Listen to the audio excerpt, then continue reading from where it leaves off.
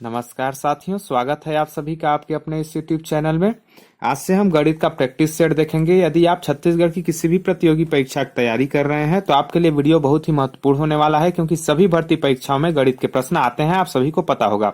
खासकर यदि आप पटवारी भर्ती जो आपका एग्जाम होने वाला है 17 अप्रैल को, उसकी तैयारी कर रहे हैं तो आपको ज्यादा महत्वपूर्ण होगा है, क्योंकि हम एक महीना लगातार 30 दिन प्रैक्टिस सेट इसका देखेंगे। 30 प्रैक्टिस सेट रोज आपके 10 प्रश्न लगभग कराए जाएंगे। और साथ में यदि आप वन रक्षक भर्ती परीक्षा की तैयारी कर रहे हैं छत्तीसगढ़ की, तो पर भी आपको महत्वपूर्ण होने वाला है, क्योंकि कोई भी एग्जाम हो मैथ के प्रश्न समान टाइप के ही आते हैं, केवल लेवल का थोड़ा फर्क होता है। तो आपको वीडियो शुरू से अंत तक ध्यान से देखते रहिए। लास्ट में यदि देखने के बाद आपको अच्छा लगता है तो आप लाइक कीजिएगा, पहले आप देख लीजिएगा, लास्ट में अच्छा लगता है तभी कीजिएगा, ठीक है। और इसको अपने सभी दोस्तों तक शेयर कर सकते हैं जो फॉर्म भरे होंगे और तैयारी करना चाहते हैं। तो देखिए, प्रैक्टिस सेट में हम हर चैप्टर के लगभग कंबाइन करके देखेंगे, और साथ में रीजनिंग का भी मैं करूंगा यदि आप सभी का रिस्पॉन्स अच्छा रहा तो। देखिए, पहला प्रश्न है हमारा, यदि एक संख्या का 12 सही 1/2%, ठीक ना, 12 सही 1/2% मतलब 12.5% सेम में जोड़ा जाता है तो परिणाम 81 हो जाता है। मूल संख्या ज्ञात कीजिए। हमारे पास इसको ज्ञात करना है। अब यहाँ ध्यान से समझिए, तो यहाँ हमारे पास क्या है, 4 ऑप्शन दिए हुए हैं, ठीक।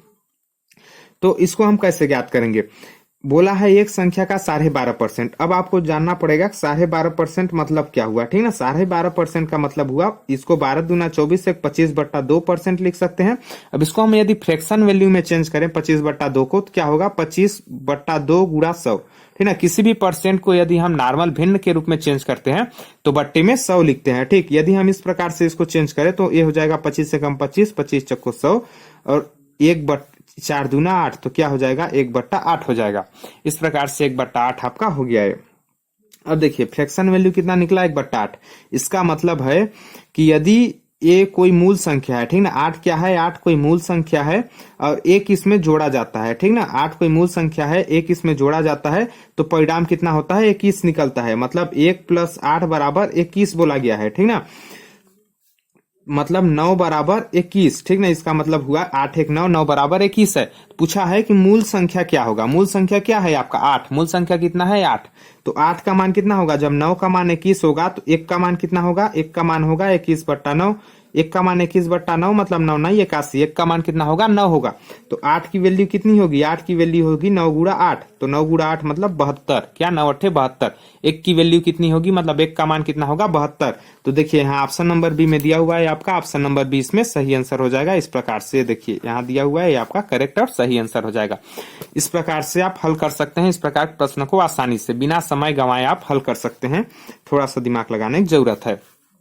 अब देखिए, अगला प्रश्न यदि हम देखते हैं, अगला प्रश्न है हमारे पास, आशा करता हूं ये आपको समझ में आया होगा। आपको समझ आ रहा है कि नहीं आ रहा है वो भी आप इस वीडियो के बाद पहले देख लीजिएगा। लास्ट में आप कमेंट करके बताइएगा कि आपको वीडियो अच्छे से समझ आ रहे हैं या नहीं आ रहे हैं। अब देखिए, यदि किसी संख्या को, दूसरा प्रश्न है हमारे पास, यदि किसी संख्या को 5 से भाग दिया जाता है तो शेषफल 3 आता है, ठीक ना। कोई संख्या है 5 से भाग दिया जाता है तो शेषफल 3 आता है, तथा उसी संख्या के वर्ग को 5 से भाग देते हैं तो शेषफल कितना आएगा, ठीक। कोई संख्या है उसको 5 से भाग दे रहे हैं तो शेषफल 3 आ रहा है। उसी संख्या के वर्ग को यदि 5 से भाग देते हैं तो शेषफल कितना आएगा। अब यहाँ आप ध्यान से समझिए। मान लेते हैं कोई संख्या क्या है, n है। कोई संख्या क्या है, n मतलब नेचुरल नंबर, प्राकृतिक संख्या, तो आप कुछ भी मान सकते हैं। मान लीजिए कोई संख्या n है, n को यदि हम 5 से भाग दे रहे हैं तो कितना आ रहा है, शेषफल 3 आ रहा है, ठीक। n को 5 से भाग दे रहे हैं तो शेषफल 3 आ रहा है। अब बोल रहा है उसी संख्या के वर्ग को, ठीक ना, उसी संख्या के वर्ग को, मतलब n का ही वर्ग, n का वर्ग मतलब n स्क्वायर, n स्क्वायर मतलब n गुणा n, ठीक ना। उसी संख्या के वर्ग को यदि 5 से भाग दें, यही बोल रहा है कि उसी संख्या के वर्ग को 5 से भाग देने पर कितना आएगा, ये हमारे पास पूछ रहा है, ठीक।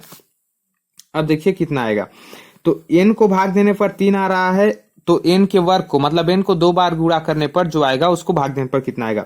तो इसको भाग देंगे तो यहाँ 3 बचेगा, इसको भाग देंगे तो यहाँ 3 बचेगा, ठीक। तो अब ये बीच में क्या, कौन सा चिन्ह है, बीच में गुणा का चिन्ह है, तो 3 गुणा 3 हो जाएगा, ये 3 गुणा 3/5, ठीक। तो यहाँ 3 3 कितना हो जाएगा, 9/5। अब देखिए 5, 9 ऊपर में आ गया, नीचे में 5। अब 5 को 9 से, मतलब 9 को भाग दीजिए 5 से तो कितना शेषफल आएगा, एक बार में जाएगा। ये देखिए 9 को 5 से भाग देंगे तो एक बार जाएगा 5, शेषफल कितना आएगा आपका 4। शेषफल कितना आएगा, 4 आएगा। तो यही आपका सही आंसर हो जाएगा 4। शेषफल कितना आएगा, उस संख्या के वर्ग को भाग देंगे 5 से तो 4 आएगा, ठीक। तो इस प्रकार से आपका ऑप्शन नंबर डी सही आंसर हो जाएगा इसका ऑप्शन नंबर डी 4। कहाँ से छोटे छोटे बीबी निकल रहे हैं वो आपको दिख रहे होंगे, इसके लिए माफी चाहता हूँ। तो घर में कहाँ से निकल रहे हैं इतना। हाँ, अब देखिए तीसरा प्रश्न है हमारा और अगला प्रश्न है, ठीक, इसको आप अच्छे से देख लीजिएगा। देखिए अगला प्रश्न है हमारे पास, सरल कीजिए, ठीक ना, सरल करना है। इस प्रकार का प्रश्न है, देखिए 9 9 9, ठीक ना, उसके बाद 98/99 गुणा 99, इसके बाद 4 ऑप्शन दिया हुआ है, इसको सरल करना है, मतलब छोटे रूप में इसका आंसर कितना आएगा। तो ऐसे क्वेश्चन कैसे हल करेंगे, यदि साधारण तरीके से यदि हम इस क्वेश्चन को हल करना देखें तो देखिए इसको आप हल कैसे करते हैं साधारण तरीके से। साधारण तरीके से हल करेंगे तो इसका इसके साथ गुणा होगा, मतलब क्या होगा 999 मल्टीप्लाई 99, ठीक। उसके बाद आपका हो जाएगा प्लस में हो जाएगा 89 और यहाँ फिर गुणा में हो जाएगा आपका 99 अपान यहाँ हो जाएगा 99, ठीक। इस प्रकार से हल होगा। यदि आप कुछ भी नहीं जानते हो और सही तरीके से इसको हल करते हो, ठीक ना, तो इस प्रकार से हल होगा इसका, ठीक। इस प्रकार से हल करोगे तो आपका समय बहुत ज्यादा लग जाएगा, ठीक ना, इसको कैलकुलेशन करना पड़ेगा गणना, तो समय क्या होगा ज्यादा लग जाएगा। तो हम इसको कैसे हल कर सकते हैं कम समय में, ट्रिक के साथ। तो इसको देखिए, जब भी यहाँ सामने क्या हो आपके 9 9 हो, क्या सामने जब भी 9 9 हो, ठीक ना, 9 हो, क्योंकि इसी टाइप के प्रश्न आते हैं, बाकी आपके ना हो उस टाइप से प्रश्न नहीं आते हैं, ठीक। देखिए तो आपको क्या करना है, यहाँ सामने जितना 9 है, क्या है सामने जितना 9 है, ट्रिक यहाँ समझिए, ठीक, ट्रिक। सामने जितना 9 है उतना 9 को यहाँ लिख लीजिए, सामने 3 9 है 3 9 लिख लिए।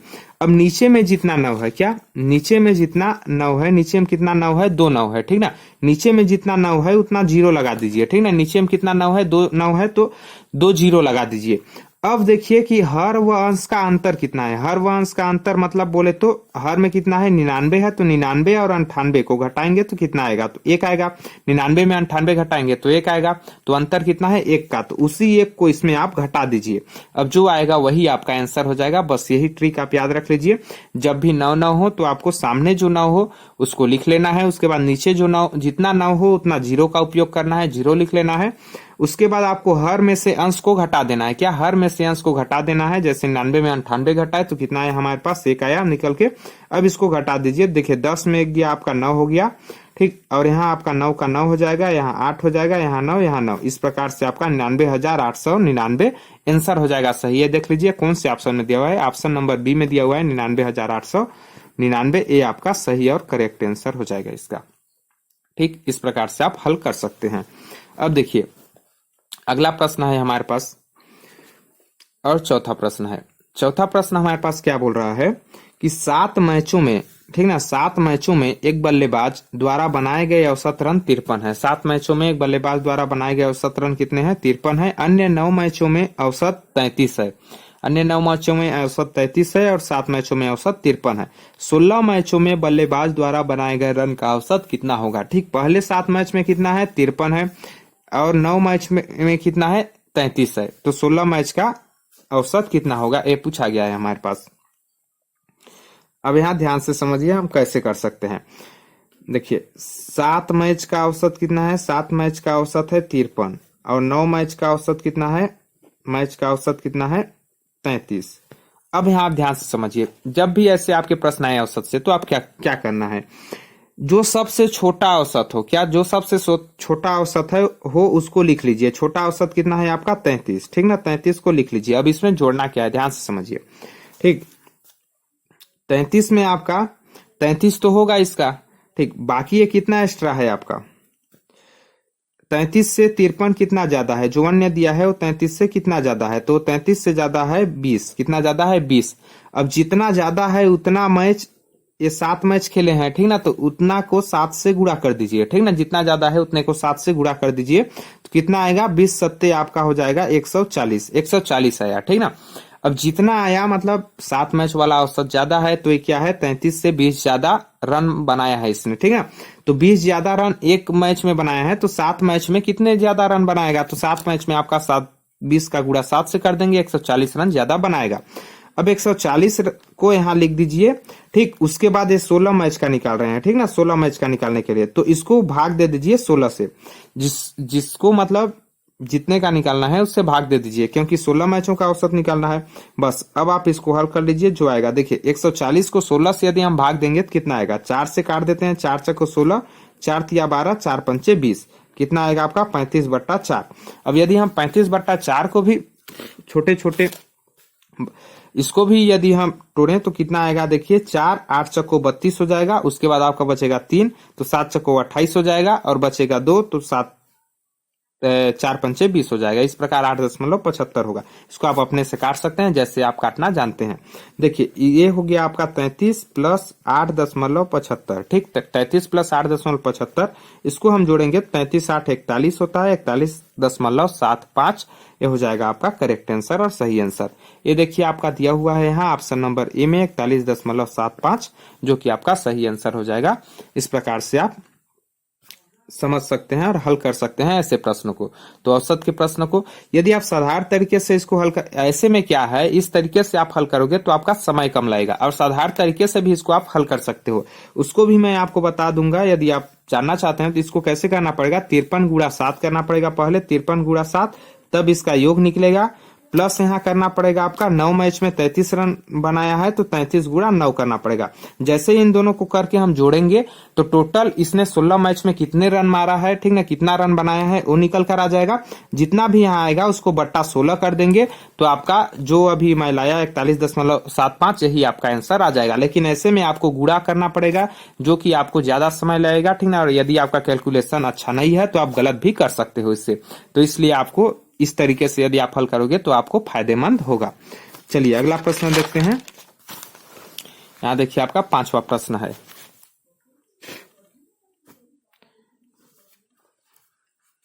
5वां प्रश्न है हमारे पास, 3 कार की गति, ठीक ना, 3 कार की गति 2:3:4 के अनुपात में है। समान दूरी तय करने के लिए समय का अनुपात ज्ञात कीजिए, ठीक ना। कार की गति इस प्रकार से दिया हुआ है, ठीक ना, 3 कार की अलग अलग गति, समान दूरी तय करना है तो उनके समय का अनुपात ज्ञात करना हो। अब यहाँ आप एक बात ध्यान दीजिएगा, यदि यहाँ गति 2 कार की दिया होता, ठीक ना, मान लीजिए 2 कार की गति दिए होते, ठीक ना, 2 कार की गति, 2 कार की गति में आसानी से हल हो जाता है। कैसे हल होता है, मान लीजिए 2 कार की गति 3:4 दिया होता तो इनके समय का जो अनुपात होता है वो जस्ट इसका उल्टा हो जाता है। क्या होता है, समय का अनुपात इसका उल्टा हो जाता है, मतलब 4:3 हो जाता है इस प्रकार से, ठीक। लेकिन यहाँ 3 कारों की गति दिया हुआ है, ठीक ना, तो 3 में यदि आप उल्टा कर देते हो, 2:3:4 दिया हुआ है, इसको यदि आप उल्टा कर देते हो 4:3:2 तो बिल्कुल गलत हो जाएगा, ठीक ना, जो कि ऑप्शन नंबर बी में दिया हुआ है। यदि ऑप्शन नंबर बी को आप सही टिक कर देते हो तो गलत हो जाएगा। तो इसको आप कैसे निकालेंगे, ध्यान से समझिए। यहाँ क्या दिया हुआ है, 2:3:4, ठीक, ये दिया हुआ है आपका 2:3:4 गति का, ठीक ना, गति का अनुपात। हमको निकालना है समय का अनुपात। तो इसको क्या करेंगे, सबसे पहले हम इन तीनों का क्या करेंगे, एलसीएम निकालेंगे। एलसीएम मतलब लघुत्तम समापवर्तक निकालेंगे। तो इन सभी का लघुत्तम समापवर्तक आपका आ जाएगा 12। कितना आएगा, 12। कैसे जाने, ऐसे यदि आप निकाल भी सकते हैं, यदि आप नहीं जानते हैं तो। बाकी तो इसका एकदम सरल है, आप आसानी से इसको निकाल सकते हैं। 2 1 कम 2 3, 2 दूना 4, फिर 2 करेंगे तो यहाँ 1 आएगा, यहाँ 3 आएगा, यहाँ 1, फिर यहाँ 3 करेंगे तो 3 दूना 6, 6 दूना 12, इस प्रकार से, क्योंकि सभी अब 1 आ जाएगा आपका, तो 12 आ जाएगा। अब देखिए 12 को आप इससे भाग दे दीजिए, इसके समय के लिए, 2 के समय के लिए आप 12 को भाग दीजिए तो 6 आएगा, ठीक, तो 6। उसके बाद 3 से भाग दीजिए तो 4 आएगा, फिर 4 से भाग दीजिए तो 3 आएगा। तो ये है रियल में समय का अनुपात, क्या है, 6:4:3। ये है सही और सटीक आपका, ठीक ना। इस प्रकार से आप गति के साथ समय का अनुपात निकाल सकते हैं। आप कितनों दिया हो, 4 दिया हो तब पर भी आप एलसीएम निकालिए, लघुत्तम समापवर्तक, और आसानी से इसका हल निकाल सकते हैं। देखिए ऑप्शन नंबर ए में दिया हुआ है 6:4:3, तो ऑप्शन नंबर ए आपका सही और करेक्ट आंसर हो जाएगा। इस प्रकार से आप आसानी से निकाल सकते हैं। आशा करता हूं ये भी आपको समझ में आया होगा। चलिए अगला प्रश्न देखते हैं। देखिए आपका अगला प्रश्न आ गया, यहाँ ध्यान से समझिए इसको। डीपी ज्ञात कीजिए बोला है, ठीक ना। इस प्रकार से कोई भी आकृति आपको एक आध प्रश्न देखने को मिल जाते हैं आकृति से संबंधित। यहाँ बोल दिया डीपी ज्ञात कीजिए, ठीक। यहाँ दिया हुआ है एक गोल वृत्त दिया हुआ है, ठीक ना। यहाँ आपको वृत्त दिया हुआ है, इसकी ये क्या कहलाती है, वृत्त की इस प्रकार से जो लाइनें होती है ये वृत्त की जीवा कहलाती है, ठीक ना। जो एक छोर से दूसरे छोर को टच करती है वो क्या कहलाती है, जीवा कहलाती है, ठीक। तो यहाँ ए बी सी डी नाम दिया हुआ है, बीच में आपका पी नाम दिया हुआ है, और ओ इसका केंद्र है, ठीक। तो यहाँ हमारे पास पूछा है कि इस वाले दूरी को पूछा है डीपी ज्ञात कीजिए। डीपी ज्ञात कीजिए मतलब यहाँ देखिए इस वाले दूरी को हमारे पास पूछा हुआ है, ठीक ना। अब देखिए इसका एक सूत्र होता है, इसको आप समझ लीजिएगा अच्छे से। इसका एक सूत्र होता है, कोई भी मतलब वृत्त का जो दो जीवाएं यदि आपस में प्रतिच्छेद करती है, क्या कोई भी वृत्त की दो जीवाएं जब आपस में प्रतिच्छेद करती है, जैसे देखिए ये पहला जीवा है, ये आपका दूसरा जीवा है, ये दोनों जीवाएं एक बिंदु पर मिल रही हैं, तो जिस बिंदु पर मिलती हैं वो क्या कहलाता है? प्रतिच्छेद बिंदु कहलाता है, ठीक ना, प्रतिच्छेद बिंदु कहलाता है। तो जब किसी वृत्त की दो जीवाएं एक किसी भी बिंदु पर प्रतिच्छेद करती हैं तो वहां एक सूत्र होता है, और क्या सूत्र होता है? देखिए यहाँ होगा एपी गुणा, ठीक ना, एपी गुणा पीबी, क्या होगा? एपी गुणा पीबी बराबर यहाँ होगा डीपी गुणा पीसी, क्या होगा? डीपी गुणा पीसी। ठीक, इस प्रकार से आपका इन दोनों का जो गुणनफल होता है इन दोनों के गुणनफल के बराबर होता है, इस प्रकार से आपका सूत्र होता है। बस यहाँ अब आप मान रख दीजिए, आपका आंसर आ जाएगा। देखिए एपी का मान कितना दिया हुआ है? 8 सेंटीमीटर, तो 8 रख देते हैं। फिर यहाँ पीबी का मान कितना दिया हुआ है? पीबी का मान 3 सेंटीमीटर दिया हुआ है, 3 रख देते हैं। डीपी का मान नहीं दिया हुआ है तो डीपी रख देते हैं। फिर पीसी का मान, यहाँ देखिए पीसी का मान 6 सेंटीमीटर दिया हुआ है तो 6 रख दिए। अब देखिए डीपी का निकालना है तो 6 को इधर पक्षांतर कर दीजिए, 8 गुणा 3 बट्टा 6। यहाँ देखिए आपका हो गया 3 एक कम 3, 3 दूना 6 और 2 एक कम 2, 2 चक्को 8। कितना निकल कर आया आपका? 4। डीपी का मान कितना निकल कर आया? 4।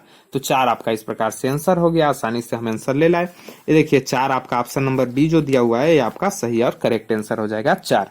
तो इस प्रकार से हम आंसर निकाल सकते हैं ऐसे प्रश्नों का। अब देखिए अगला प्रश्न है हमारा 7वां प्रश्न।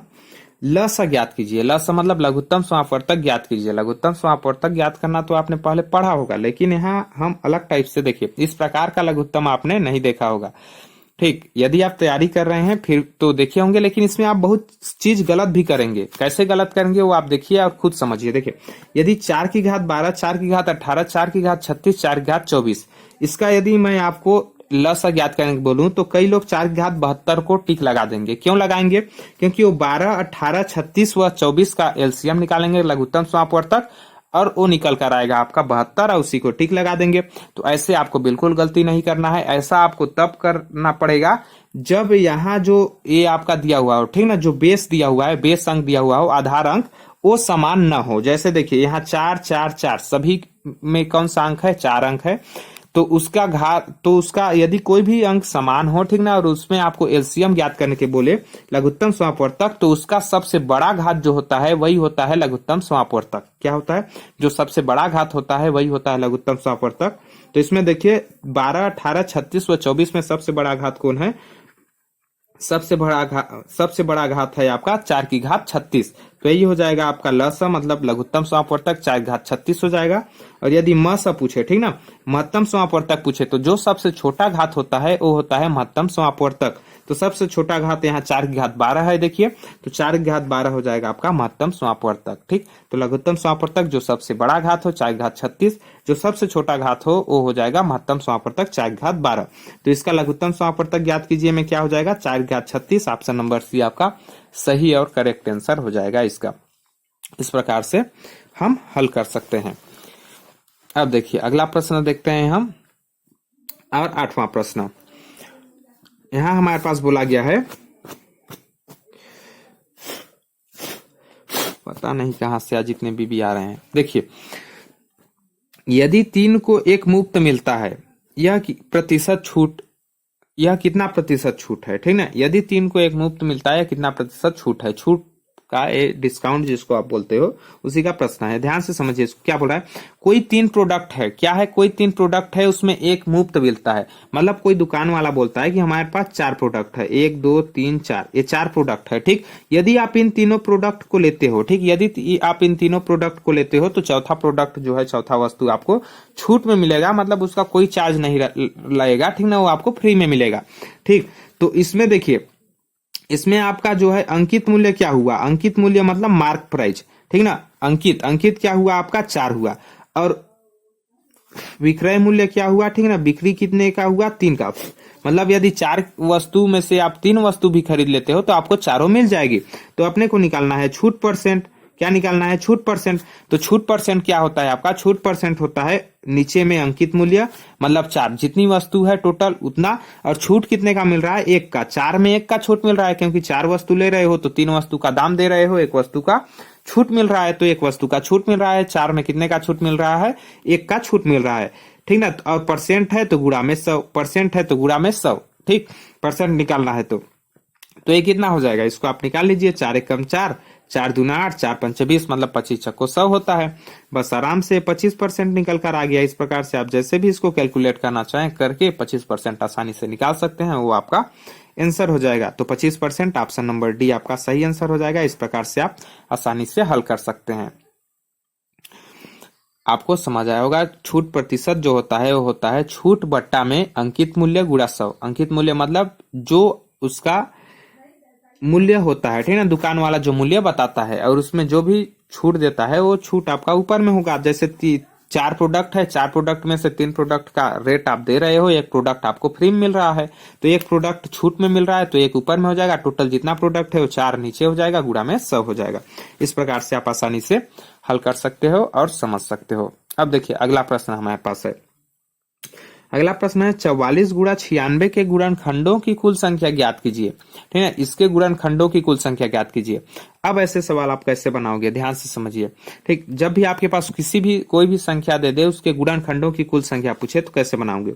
सबसे पहले देखिए 44 व 96 का आपको क्या निकालना पड़ेगा, लघुत्तम समापवर्तक निकालना पड़ेगा, मतलब एलसीएम निकालना पड़ेगा। देखिए 44 का निकालेंगे तो 2 दूना 4, 2 दूना 4, 22 दूना 44, 2 11 दूना 22, 11 1, कितना निकल कर आया हमारे पास 44 का जो है कितना निकल कर आया 2 गुणा 2 गुणा 11। ठीक, अब यहाँ देखिए 96 का निकालते हैं। ठीक, 96 का निकालेंगे 2 से कितने बार, 2 चक्को 8, 2 अट्ठे 16, 48 दूना 96, फिर यहाँ 24 दूना 48, फिर यहाँ 12 दूना 24, फिर यहाँ आपका 2 छिक्का 12, फिर यहाँ 2 तिया 6, फिर यहाँ 3 करेंगे तो 1 आ जाएगा निकल के। ठीक, तो कितना निकल कर आया यहाँ देखिए 96 का जो है वो निकल कर आया 2 गुणा 2, 2 कितने बार है, 1 2 3 4 5, 5 बार 2 है, 3 4 5, उसके बाद एक बार आपका 3 है। ठीक, तो अब देखिए इनके गुणनखंडों की संख्या कैसे निकालेंगे। अब हमको करना है जो घात है इनके घात को लिख लेना। जैसे देखिए 2 गुणा 2 गुणा 11 है, मतलब 2 की घात 2 गुणा 11 की घात 1, इस प्रकार से घात के रूप में लिखना है। यहाँ देखिए कितना है आपका 2 1 2 3 4 5, 5 बार 2 है तो 2 की घात 5 गुणा 3 की घात 1, इस प्रकार से अपने को लिख लेना है। अब अपने को गुणनखंडों की संख्या ज्ञात करना है, तो गुणनखंडों की संख्या ज्ञात करने के लिए हम क्या करेंगे, 1 मिनट, 3 2 5 3 दूना 6, 6 दूना 12। अब देखिए गुणनखंडों की संख्या हम कैसे ज्ञात करेंगे। तो गुणनखंडों की संख्या ज्ञात करने के लिए घात में 1 हम जोड़ देंगे। क्या करेंगे, घात में 1 जोड़ देंगे, यही ट्रिक होता है आपका। सभी के घात में 1 जोड़ देंगे और उसका गुणा कर देंगे। देखिए घात कितना है, 2 की घात 2 है तो 2 + 1 करेंगे, फिर यहाँ मल्टीप्लाई करेंगे, फिर 1 + 1 करेंगे। ठीक, इस प्रकार से तो यहाँ कितना हो जाएगा आपका 2 1 3 गुणा 2, कितना होगा 3 गुणा 2 हो जाएगा यहाँ आपका। उसके बाद यहाँ भी वही करेंगे, देखिए 5 धन 1 करेंगे और फिर क्या करेंगे 1 धन 1 करेंगे। ठीक, ये कितना निकल कर आ जाएगा आपका 5 और 1 6 हो जाएगा और 1 और 1 2 हो जाएगा।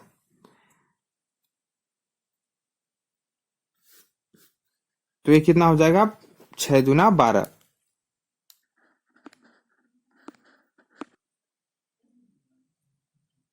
देखिए इसका उत्तर खुद मेरे को डाउट लग रहा है, ठीक ना। इसका एक ट्रिक है, शायद मैं उस ट्रिक को भूल रहा हूँ। इसको मैं आपको जब अगला वीडियो बनाऊंगा, ठीक ना, अगले वीडियो में इसको आपको मैं क्लियर कर दूंगा। ठीक, इसको आप अभी भूल जाइए। देखिए अगला प्रश्न है हमारा, यहाँ दिया हुआ है कि 6 की घात 23, 6 की घात 22, 6 की घात 21। ठीक, इस प्रकार से किससे पूरी तरह से विभाज्य है। ये जो संख्या है, इस संख्या की इसमें मतलब इसको जोड़ने से जो भी संख्या आएगा वो किससे पूरी तरह से विभाज्य है। तो हम इसको कैसे हल कर सकते हैं। देखिए जब भी आप यहाँ 4 ऑप्शन आपके पास दिए हुए हैं, इनमें से कौन सा होगा। तो देखिए कैसे ज्ञात कर सकते हैं। आप सभी को ऐसे प्रश्नों में कैसे करना है, जो सबसे छोटा घात होगा, 6 की घात 23, 6 की घात 22, 6 की घात 21 है, तो जो सबसे छोटा घात होगा उसको कॉमन ले लेना है पहले। देखिए 6 की घात 23, 6 की घात 22, 6 की घात 21 इसमें दिया हुआ है।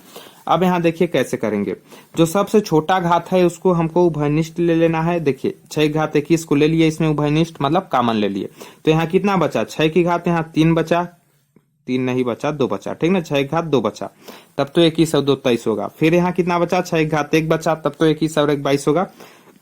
यहाँ 6 की घात एक भी नहीं बचा, मतलब 0 बचा। ठीक है ना, 6 की घात 0 बचा। अब यहाँ देखिए 6 की घात यहाँ 0 बचा है। ठीक, नहीं दिख रहा है।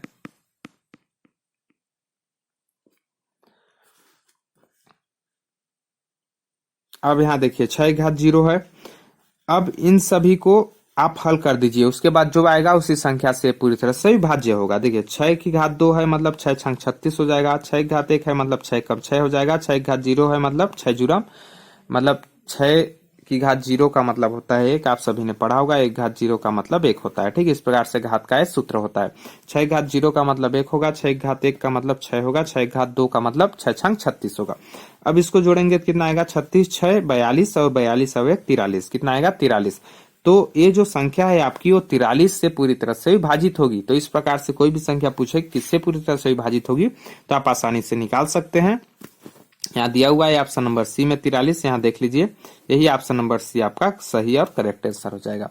इस प्रकार से आप प्रश्नों को हल कर सकते हैं। देखिए ये था 10वां प्रश्न। 10 प्रश्नों को आज हमने देखा। एक प्रश्न डाउट रह गया, उसको मैं आपको क्लियर करके बताऊंगा। ठीक, तो आशा करता हूं कि ये सारे प्रश्न आपको अच्छे से समझ में आ गए होंगे। तो आपको प्रश्न कैसे लगे कमेंट बॉक्स में कमेंट करके जरूर बताइएगा। और आपको समझ में आया या नहीं आया, आपको प्रैक्टिस सेट चाहिए इस प्रकार से या नहीं चाहिए, और इसको यदि आपको अच्छा लगा होगा तो लाइक जरूर कीजिएगा और कमेंट बॉक्स में कमेंट करके जरूर बताइएगा कि आपको कैसा लगा वीडियो। ठीक, समझ आया या नहीं आया। साथ में अपने दोस्तों के साथ शेयर भी कीजिएगा यदि आपको अच्छा लगे तो, ताकि सभी तक यह वीडियो पहुंच पाए जो भी छत्तीसगढ़ की भर्ती परीक्षाओं की तैयारी कर रहे हैं, चाहे पटवारी परीक्षा हो, चाहे आपका आने वाला वन रक्षक परीक्षा हो, या फिर छात्रावास अधीक्षक, किसी भी परीक्षा कर रहे हैं तो आपके लिए वीडियो फायदेमंद होगा। वीडियो देखने के लिए बहुत बहुत धन्यवाद आप सभी का। जल्द मिलेंगे अगले वीडियो में, तब तक के लिए जय हिंद, जय भारत, जय छत्तीसगढ़।